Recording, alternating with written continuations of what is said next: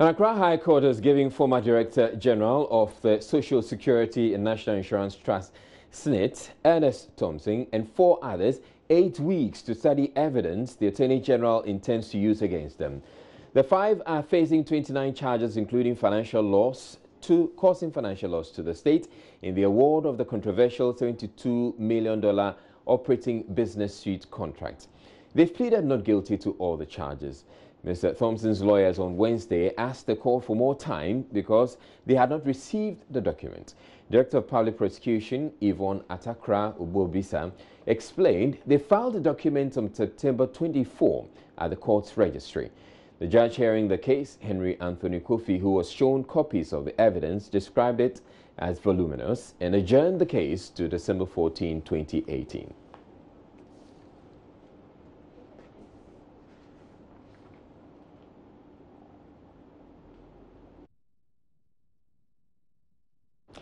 Former Energy Minister Emmanuel Amakofi-Boa has described as palpable falsehood recent claims made by the current Sector Minister John Peter Amewu.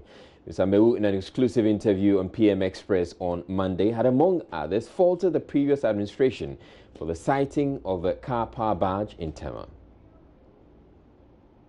This is recklessly how this country has been positioned, and these are facts and evidence for everybody to see. Look at our gas issues now, the problem we're facing with the Sankofa gas, a demand for gas.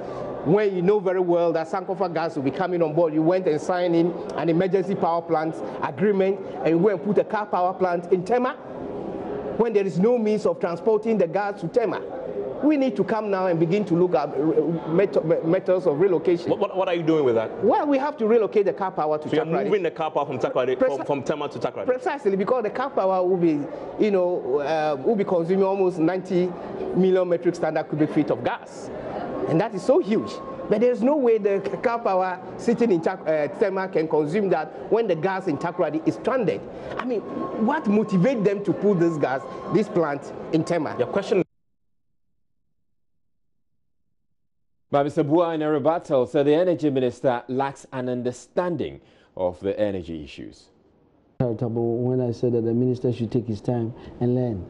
But this point he just made tells me clearly that this is a guy who just walked in the ministry and has not even taken the trouble to read. Why do you say that? What is in my handover notes and what is now? Why was the car power plant brought in the country in the first place? Why was it put in there? It was brought in the country because we were in power crisis. True.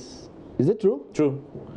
And so when you bring 225 megawatt of power and you want to power it immediately, where do you put it? You put it at a place where the evacuation facilities of the power will be possible within the shortest possible time.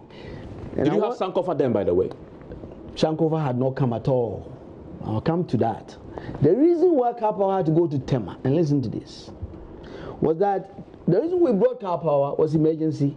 Car power could use heavy fuel oil, so it was easy to put car. And then we had a Tema bulk point where we could evacuate. The evacuation network there was easy. You know, when Ameri was brought in, we had to build an emergency evacuation. It took a long time. So because of that, we had to bring car power immediately to Tema so that we could easily evacuate. We couldn't have done that if we had signed it to Tema. But the guy is saying we are so reckless. So we brought 225 megawatts of power in our time to February 2016 to Tema. Guess what? February 2017, when he was in power, they took the 225 and brought 450, isn't it? Megawatts. So why didn't they send that 450 to Takoradi? And they brought the same 450 back to Tema. Talking about recklessness. Mr. Amewu also revealed on Monday government has a new revised Ameri deal after a previous one presented to Parliament by his predecessor Boakye Jaku was stood down. He explained government is saving up to the tune of $50 million in the newly revised deal. Not up to 150, but we quite save quite a chunk of money. It's above 50 million, thereabouts. Okay. So that's how much you're going to save? Yes, of course. But that is far short of the 150 million we were anticipating. Well, this savings that we're doing now is just for the 2.5 years. And so if we are saving 2.5 years, almost about 60 million. If we had to work behind, we tell you that we should be saving quite close to 100 million. But this negotiation is just for 2.5 years ahead of us. It has nothing to do with all the invoices that were passed and accepted, but we're looking into the future. Mr. Bois is, however, challenging the claim, describing it as another propaganda by the minister. He says rather than accuse the NDC government of reckless management, the administration should thank the minority in parliament for its diligence in saving the nation $1.1 billion on the botched revised Ameri deal. But for the diligence of the minority in parliament, this country will have been saddled with additional $1.1 billion in extra for a plan that will belong to us. How do you spin it like that? When you sign a regular agreement, let me make the point. That is now going to save, you're not going to save 50 million. These people said they are coming to collect $150 million. The Attorney General just wrote that they've gone through the Ameri deal. It's above board.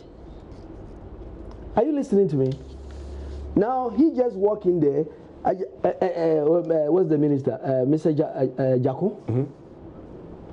Yesterday when he was doing the licensing round. Were you there, by the way? I wasn't there, but there was something that we picked from the industry, and they were watching him. The man didn't even give credit to the former minister who did the work. The president did. The president did. The president did credit. The minister. This is the sector he has gone to, and he's sitting on TV. I'm just telling you that the president is the man who when it comes to Wire Block, I just explained to you the processes. I just told you that I revoked licenses. I didn't come on TV and make noise. I didn't need the president's direction. But if you save the taxpayer 50 million, why don't you tell the public? Because he has not. We should take our time. You believe he's not safe? What he's saying is not true? Well, what did Ajaku say? Where is Ajaku now? Ajaku was simply going to review and give it to somebody else. Where is Ajaku now? He's been fired. Let's wait for this man to come to Parliament. I hope he doesn't face his Waterloo. Well, by the way, he said yesterday in that interview that there's a probe underway. Are you a subject of a probe? I'm sitting here, I'm waiting. I think that I'm so proud of what I've done. And you know what? I sleep happily because I loved Ghana. And I dedicated myself for working for the people of Ghana and the people of Elembele, and I'll continue to do that. I'm proud. The Yesu Starch company, established in 2002 by President Kufuor, has been closed once again in yet another example of our state-sponsored ventures to struggle to stay afloat. Joy News is learning the latest shutdown has lasted 8 months, leaving cassava farmers who depend on the company for their livelihood stranded. The closure this time is because the company has been unable to pay its electricity and water bills. For Joy News Agenda today, Maxwell Agbagba traveled to the central region town of Bojiase, where the factory is located, in our reports.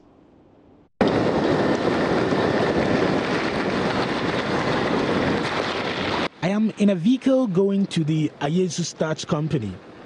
The roads leading to the starch factory are in a deplorable state. Some women are peeling cassava by the side of the road. They used to have a ready market for their cassava, but the situation has changed now.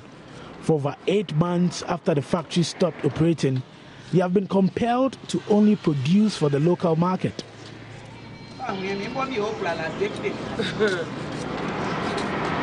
We are currently here at the Yesu Starch factory. It's around midday, but not much of activity is happening around here. The workers who are in there will not allow us to go inside to see exactly what is happening. But we pick information from deep throat sources that they have not been working here since April, because a very important machine that is used in processing the starch here is not functional any longer, and this has been the case for many months. The main gates of the factory remain shut. My source at the company told me water and electricity supply have been disconnected as the factory reels under a 600,000 Ghana cedi debt. For 2 hours, I see some of the workers just idling. There's no work for them. I've now met one of them on his farm. He says Workers of the company have not been engaged in any production since January 2018. The factory used to function well until the NDC sold out some shares. For 8 months, no work has been done.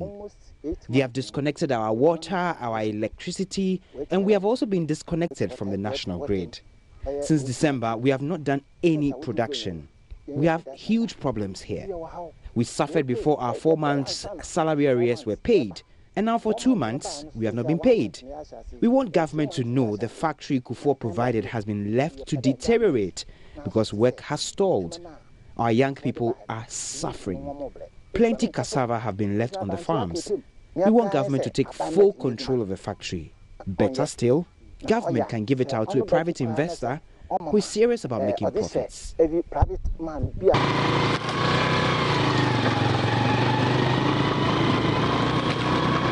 I am on a motorbike heading to Ewutu Obrachre, where the farm of one of the many farmers who used to supply the Ayensu factory is.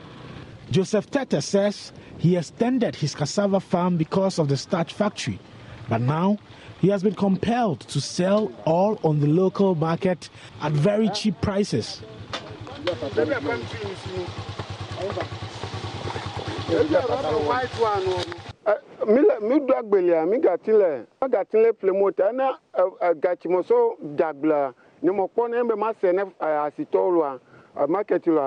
Because they are unable to buy the cassava, a lot of it remains. I sell it to the market women. I do not get money because they do not pay on time. Always giving excuses. Some of them owe me about 3,000 cedis. Around 30 million market to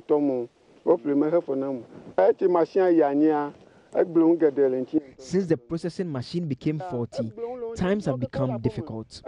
A lot of the outgrowers are at home. The company owed me 6,400 cedis, but I was paid recently.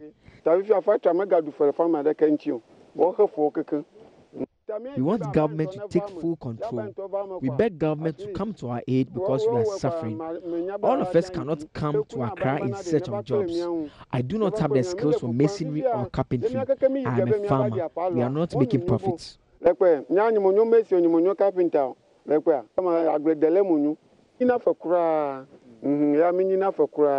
My source says they were informed the challenge with the processing plants will be fixed in March 2019, with full operations starting again in December 2019.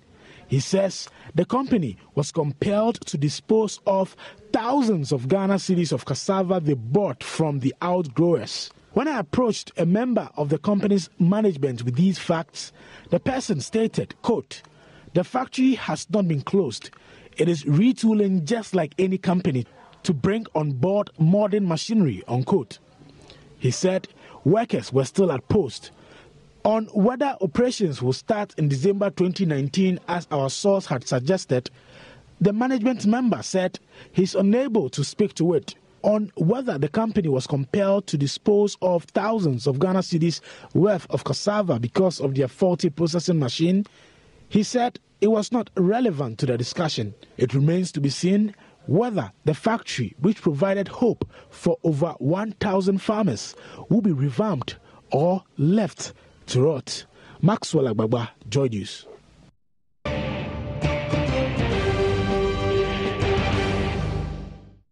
The government has introduced tax stamps as part of interventions to protect indigenous textile industries. The tax stamps was introduced to traders and importers at the workshop in Takrady in the Western region. Speaking at the workshop, Deputy Minister of Trade, Carlos Kingsley Henkra, indicated aside the tax stamp, government is considering supporting ATL, GTP and Printex to save them from imminent collapse. We've realized painfully that the textile industry in Ghana is dying off gradually. As we speak, there are only about 3 of these companies that are surviving, and even that, ATL, it's only surviving because of government's intervention. We realize that if we don't do anything, sooner than later, even these 3 will also go down on their knees and probably collapse finally. So the government has decided, after going and speaking to all these people in the industry, government has realized that we need to come up with a strategy to, as it were, put these industry together by identifying all imported and manufactured textiles into Ghana with a particular stamp. The tax stamp is supposed to come to check, number one, duty payment, 2, piracy, and 3, counterfeiting. Mr. Hinkra hinted that a date will be announced in due course for the full implementation of the tax stamps. He assured traders and importers of free samples of the stamps to be affixed on their print in the meantime. He added that the tax stamps have some security features that could easily be verified by traders and or consumers. We have announced to these women and men who are in the cloth selling business or garment importation, textile importation, that come a certain date, which is going to be announced, and pretty soon, all textiles imported and manufactured in Ghana would have to carry a tax stamp on them. This tax stamp is security coded. There are 2 or 3 features that one can read on these stamps. The revenue people, which is customs, have a QR code that they will read with an app. Ordinary patron of this cloth would also have the opportunity to text a particular number and have a response immediately coming back on his phone or her phone that yes, what you are about to buy is a genuine piece of item. Now, some traders who spoke with Joy News were of the opinion that government should allow the local industries to fend off the competition from the imports. We will say it is good, but everything good has its own implementations. And solely, we have to do it accordingly, that everybody will get his share. And not in a way that maybe the tax, the label will be in vain. Maybe we don't know how to make the label, but in the long run you get the label and someone coming in and asks you that he will text it, he or she will text it, and you say that it's fake. For that we don't like it. So if government is doing the thing, it might be done well. We are pleading, and they are saying that we have to buy another tax. For that we don't agree, because we were on meeting and they told us that all that we have in our shops will be taxed for us.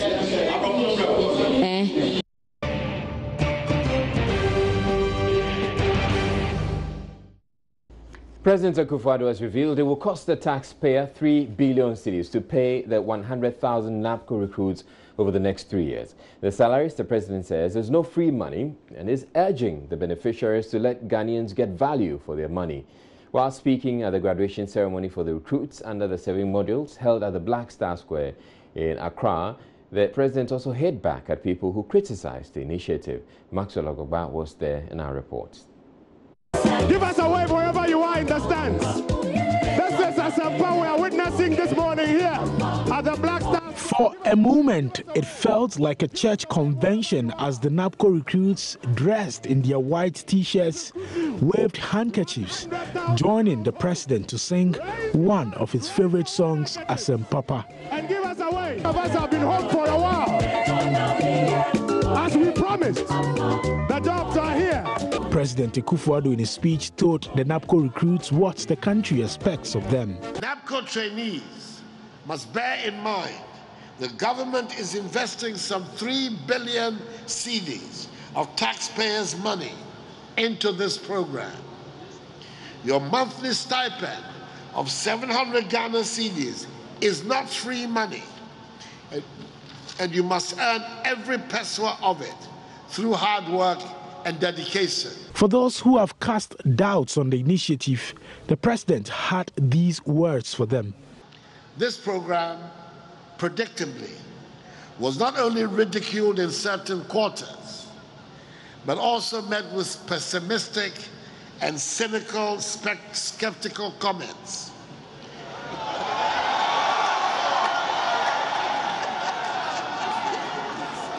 With some going to the extent of urging graduates from our nation's tertiary institutions not to register for the program.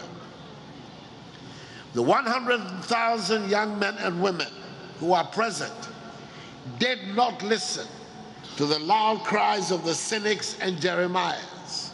President Akufo-Addo stated a mobile app will soon be deployed to monitor the performance of each recruit. National coordinator of the program, Dr. Ibrahim Anyas, has been explaining how it will ensure efficiency.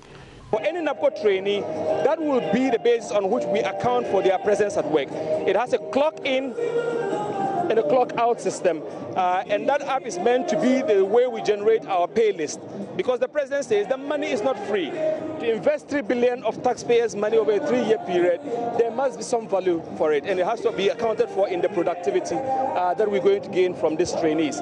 Some of the recruits are, however, not happy they had to be bussed in from all over the country, suggesting it had a political motive. I could remember I met a friend just now who said he came from all the way from Axim to Accra just for the ceremony. He could have saved time because we are teaming graduates who are not working. So spending at least 100 cedis from Takrade, from Kumasi, coming here, look at the risk involved in traveling all these distances. I believe if it had done in the regional level, it would have helped these people who are from, some are from interlands. So I believe this whole ceremony, conveying all last year wasn't necessary at all. It was just to get the masses for maybe political gain or for TV show.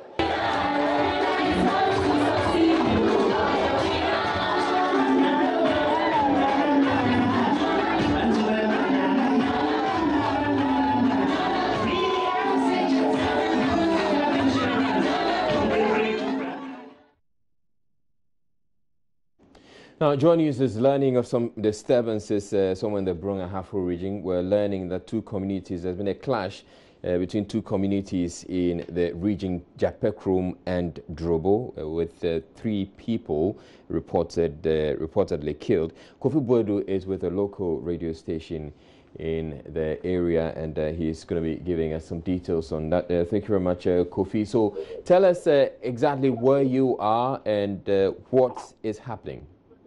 Let me welcome our viewers to where I am right now. Right now I'm in the bush. There is this festival which is going on in Japekrum, and as part of... I'm talking now about Brong-Ahafo, Jam and South. And one of them here, people in Japekrum, they are celebrating their culture, and in their itinerary, they have to go to one village called Mposu this evening. They went there with a car, and when they are coming back, they decided to come on foot.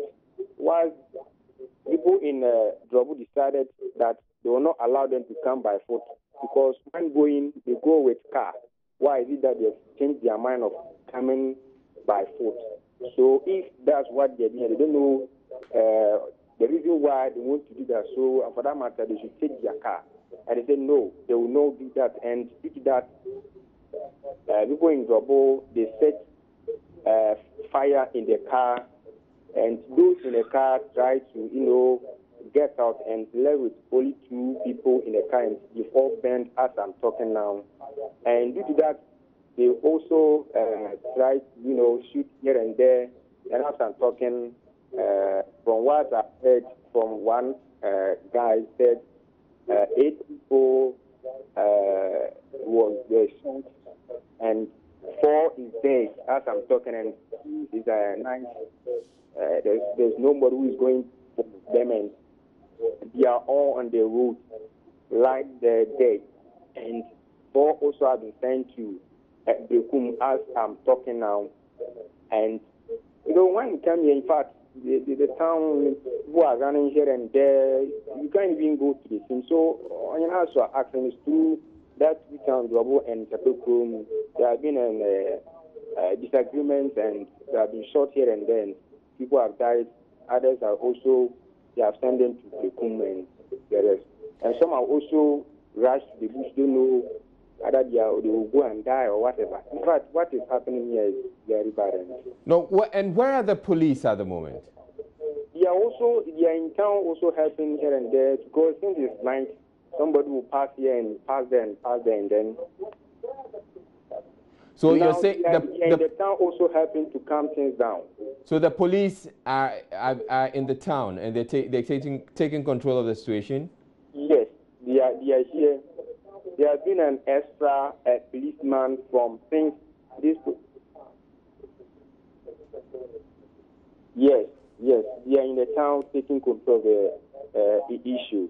And there has been an extra police, as I said it earlier, from Sunyani. They've been in town since they started this quarter last Sunday. They have been in town, plus extra policemen from Bekum. They are also in town trying to calm things down. And I've heard that they've called reinforcement from Sunyani Barracks, and they are also coming to calm things down. But since it's night, people are running here and there, don't know where to go. People can't even go to their their rooms and their house. They can't find their house because the way they are shooting here and there, in fact, it's very bad.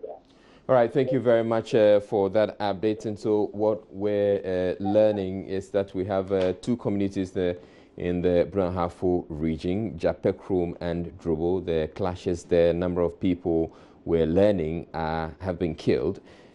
We have not been able to make any contact yet with the police, but we will try and get the police and get to speak with them to get some confirmation as to what exactly is happening there.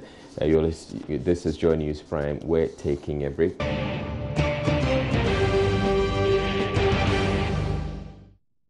Now on to one more of our headline stories and fresh details of findings from the research conducted by the mother company of Cambridge Analytica, SCL Social, on the 2016 electoral chances of the NDC predicted a dip in the party's political fortunes. The SCL Social research, among others, showed that the NDC was going to suffer a decrease in votes in the northern part of Ghana as well as the Volta region. The research itself, Joy News investigations have revealed, were funded with part of a $175 million loan contracted to build 7 hospitals across the country. Officials of the previous administration and members of the NDC, Joy News have spoken with, have however rejected suggestions the John Mahama administration diverted the loan proceeds for the hospitals to support the party's campaign. NDC national organizer Kofi Adams told Joy News on Wednesday the party cannot be held responsible for the alleged diversion, adding that it was never commissioned. Though Mr. Adams maintains this is the party's official position on the matter, it contradicts what has already been put out there by persons who had become part of the research. Here is a news desk report on the contradictions since the story broke. When Joy News broke the $175 million NMS project scandal, it revealed there was a political component of the research. This was paid out of the $6 million that had been budgeted for by the Health Ministry under the Mahama administration. Then Deputy Health Minister Roger Metonunu confirmed this in an earlier interview on Joy News. I have a group of people who are extremely committed, and we carried out research. We did a 32,000 household survey across all the 10 regions of this country, identifying attitudes, behaviors, perceptions, and desires of the people of Ghana. We put the report together. In this case? I believe strongly that our message, our research data was not accepted. It did not impact the strategy of the elections, and it was a disaster waiting to happen. But in a statement he released following the expose, Mr. Metonunu indicated that 30,000 households were interviewed all over the country. He said the results were to address the health needs of the beneficiary communities in which the hospitals will be sited. Head of research of the NDC, Dr. William Ahaji, had told Joy News Mr. Metonunu and his team of experts made a presentation on the data they had gathered on the perceptions and attitudes of Ghanaians towards the NDC as a spin-off of the health survey. The report was presented to us at the party headquarters before the election. Who presented the report? Mr. Roger Metalnono's team did that. But this was research that had been done across the country? It's a nationwide research? That was our understanding. They had done it a year and a half, almost 2 years earlier. And as indicated in the news, the original work was the ex-ante, an impact assessment study of the project that was going to be done, the health project that was going to be done. But the research data, the extra data that was collected to indicate attitude and perceptions, then span of the main study that they were contracted for. But campaign coordinator of the Mahama 2016 team and national organizer of the NDC, Kofi Adams, says the party was unaware and did not request Mr. Metalnono to undertake such an enterprise. The party have two national structures that it works with: the Functional Executive Committee and the National Executive Committee. None of these structures received any report whatsoever or reference the report here in your story from Roger Metalnono. So it is very clear that no such presentation was done to either the Functional Executive Committee or the National Executive Committee. That is one. Two, we also, as a party, did not commission a team either that included Roger Metalnono or a foreign team to do any research for us whatsoever. That also did not happen. Then, as a campaign that I coordinated for 2016, there was no such arrangement with any group whatsoever to do any research for us, foreign-based group. No, we did not do any such thing. But from readings, reactions from Roger Metalnono himself, then it is clear that as part of the health facility project, there was a need for some research work to have been done. If in the course of doing that, he found some information that he thought was relevant for the party, that I cannot tell. But we are yet to receive any such report from him. Clearly, the party did not commission the political research, but there are contradictions in claims about who Mr. Roger Metalnono presented the political findings to and which members of the team were present at the meeting. While Roger Metalnono says he presented the report to the presidency at the time, the NDC Director of Research said he presented it to the party. That has also been contradicted by the party in the person of the national organizer, Kofi Adams, who said they did not sanction it. But why is this important? If indeed the report was presented to the party, as the Director of Research confirms, then it's another conclusive confirmation of the political angle of the research by the SCL social team and further discounts Roger Metalnono's statement that the research had no political aspect. So who is telling the truth? Your guess is as good as mine.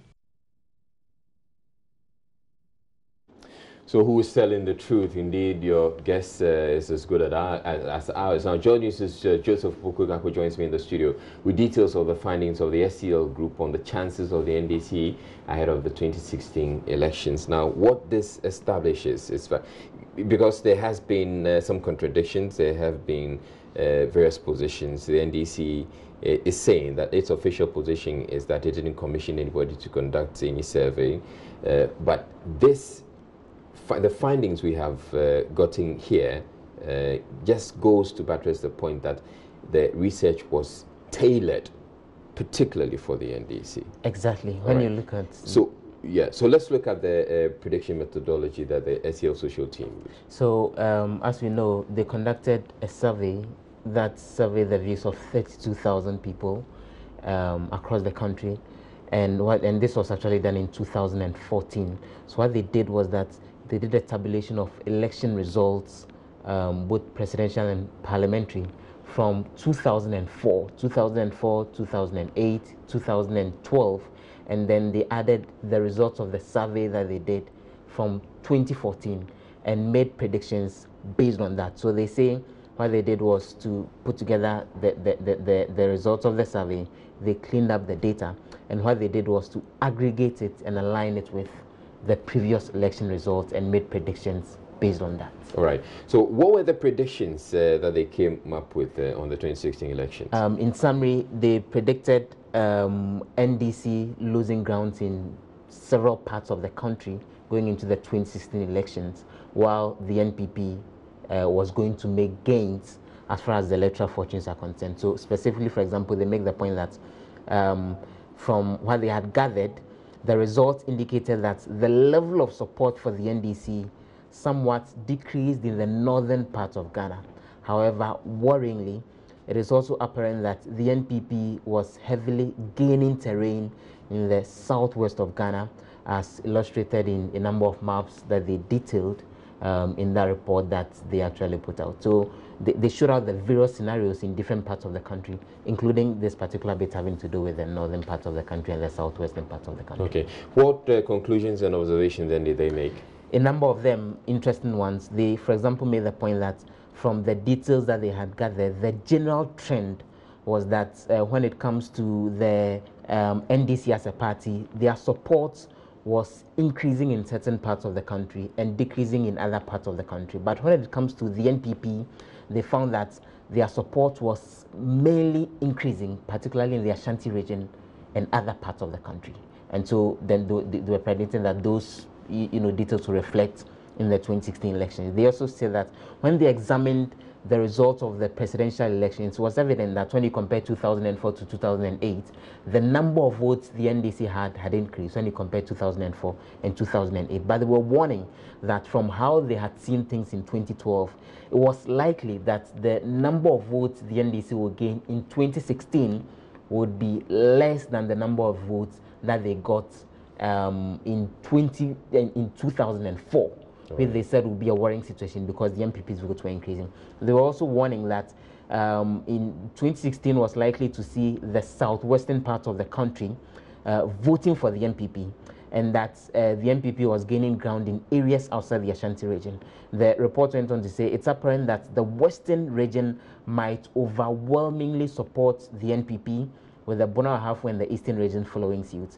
It is even likely that the NPP would potentially win seats in the south of the voter region, the report predicted. The interesting bit is that the NPP ended up winning a seat in the northern part of the voter region, Karachi East to be specific, and not exactly in the southern part of the voter region. The report went on to warn again that the future shift in support is likely due to the impact of the economic crisis and spiraling inflation that has affected Ghana over the last 2 years before 2014 when they did the survey. And then they gave additional details on the economic bit. They said that the drop in living standards and the perception that the president had not taken adequate steps towards recovery has had a strong effect in areas that were traditionally not NDC heartland. And they go on to say, in other words, the NDC would potentially lose those areas in Ghana where they had moderate support over the course of time, and that there were also areas where there is a higher concentration of middle-class voters, and that the NDC was losing ground there, and then the NPP was gaining ground there. But finally, one other interesting detail coming from the report, and they made the point that there was decrease in support for the NDC, which was attributed to what they said was a rift within the NDC, induced by worsening economic conditions opening up between the NDC and its supporters, and that this means that people are now more likely to aggravate towards the NDC emotionally less, while the emotionality, as they use the word, towards the NPP was on a positive trend, essentially making the point and predicting that the NPP was gaining more ground, while it's very likely that the NDC was going to lose the 2016 elections.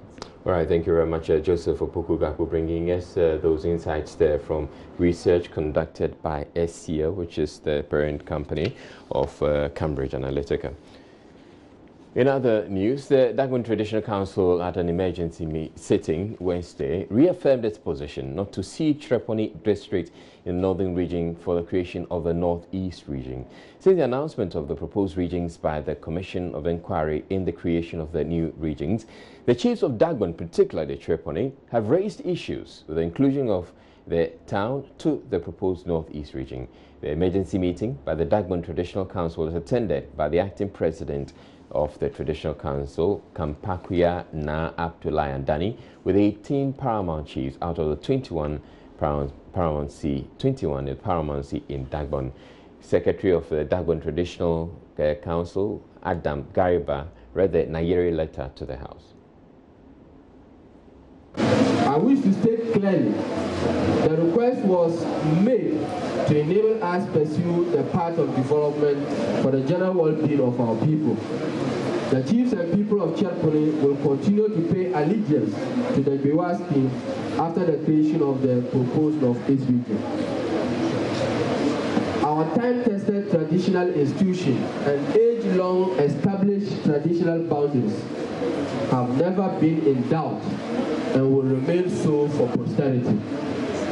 Your Royal Highness, destiny has put together the people of Mampurugu and Dagbon kingdoms, and it is my fervent hope that this bond of brotherhood shall remain intact after the creation of the North-East region. I wish to once again make my humble appeal to you to grant my request. I anticipate a favorable response. After an hour of deliberation, the Traditional Council unanimously turned down the request for the Cherponi district to be included in the Northeast region. The council said allowing Cherponi to be part of the region, the new region, will have a cultural and historical implication that will create confusion between the two traditional councils, and they cannot allow that. Ban Na Abubakari read a resolution on behalf of the Dagbon Traditional Council. The council studiously noted that the request of the Nayeri has cultural and historical implications. Cherponi did not petition for the creation of a new region. The rest of Dagbon cannot betray Cherponi by agreeing to seek it to operate under the jurisdiction of a future North-East region House of Chiefs. It is against the backdrop of these observations and other exhaustive deliberations that the Dagbon Traditional Council on Tuesday, October 16, 2018, unanimously decided to decline the request of the Nayeri for the accession of Cherponi from Dagbon to become part of the proposed North-East region. The council was persuaded by the passionate appeal of the chiefs and people of Cherponi that they have no wish or desire to be part of the proposed North-East region. The chiefs and people of Cherponi used the occasion to remind the Dagbon Traditional Council that Cherponi is native to Dagbon and cannot be parceled out as if it is an unwanted principality of His Majesty the Yana. Why is this Chief Executive Moses Joti has said the roadmap for lifting the ban on artisanal and small-scale mining rolled out is in accordance with the laws of the country. He said the roadmap, when fully implemented, will give decent jobs to persons who otherwise were engaged in illegal mining and also save the environment from being destroyed. He therefore entreated assembly members in mining zones to endeavor to collate names of all unregistered miners for future collaboration on alternative livelihood projects. Mr. Joti made the statement at the second ordinary meeting of the Wa East District Assembly at Funte, where correspondent Rafiq Salam reports. The Wa East District, carved out of the Denwa District in 2004, is one of the poorest districts in the Upper West region. Despite being poor, the district is the breadbasket of the region. More than half of its population are into agriculture and other related activities. However, the survival of the people was threatened due to the discovery of large deposits of gold in some part of the district over a decade ago. Slew of illegal miners stormed the area, destroyed the land, and indiscriminately cut all economic trees on site. The activities of these illegal miners was therefore put on hold by government's ban on artisanal and small-scale mining in the country. At the second ordinary meeting of the 33-member East District Assembly, District Chief Executive for the area, Moses Jotier, stated that they are committed to ensuring that the roadmap for lifting the ban on artisanal and small-scale mining is rolled out according to the laws of the land. It is our expectation that sons and daughters of the district would get decent jobs when the ban is finally lifted. Let me use this medium to entreat Assembly members in the mining zones to endeavor to collate the names of all unregistered miners so as to be encouraged and resourced to form community mining groups, that's cooperatives, or to be roped into our alternative livelihood projects. Another major challenge faced by the people is the deplorable roads in the district. Due to incessant rains for the past couple of months, some communities have been cut off from the region. For a start, in 2019, we intend to repair all the major culverts in the district, and to this end, an amount of 840,000 Ghana cedis has been set aside to ensure that no community is cut off during the next rainy season. This unity, coupled with political partisanship among members of the Assembly for close to a year, has robbed them of a presiding member. They have made 4 attempts and have failed in all 4 rounds of voting. They were, however, 5th time lucky as Assembly member for the Budeng electoral area, Nuruddin Suglu, solely roamed to victory. His election excited Deputy Upper West Regional Minister Amiru Chine Isaku. However, he has a stern rebuke for members of the Assembly. Reporting for Joy News, Rafik Salam, Fonsi. Your official name.